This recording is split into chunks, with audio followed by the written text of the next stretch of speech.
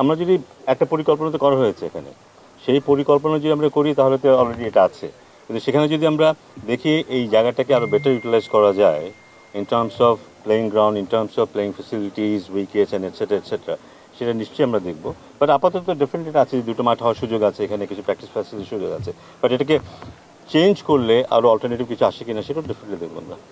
মানে আমাদের নিজস্ব, এটা বোধহয় আমাদের নিজস্ব জায়গা, এবং নিজস্ব জায়গাতে আর কিছু থাকুক না থাকুক, মাঠ যদি থাকতো, মাঠে যদি খেলা চলতো, আমরা মাঠে ক্রাইসিসে ভুগি কিন্তু সবসময়, কিন্তু আমাদের অনেক প্রোগ্রাম হয় না, দেরি হয়ে যায় বা সংকুচিত করতে হয় মাঠের ক্রাইসিসের জন্য। সো এখানে যেহেতু মাঠের অপশনসগুলো আছে, সো আমরা যদি মাঠের দিকে চলে যেতে পারতাম, আমি জানি সেটা সম্ভব ছিল কিনা আগে, একটা মাঠ বোধহয় কিছুটা করা হয়েছে এবং খেলা হচ্ছে বোধহয়। স্যান্ডেলিনা সো, রূপচর্চায় আভিজাত্য। 1-2 বছর ধরে এখানে খেলা হয়েছে বা তার চাইতে বেশি সময় হবে, বাট মাঠটা খুব ইম্পর্টেন্ট জিনিস। আর বাকি সব জিনিস থাকুক বা না থাকুক, মাঠ ভালো থাকলে, উইকেট ভালো থাকলে আমাদের ছেলেমেয়েরা বেশি খেলতে পারবে এবং ওদের প্রোগ্রামগুলো প্ল্যান ওয়েতে করা সম্ভব হয়, যেটা এখন এই মুহূর্তে করাটা ডিফিকাল্ট। আমি দেখেছি আজকে একটা বল আউটসুইং করলো, তারপরে একটা ইনকাটার করলো, বোল্ড করলো, আমি দেখেছি।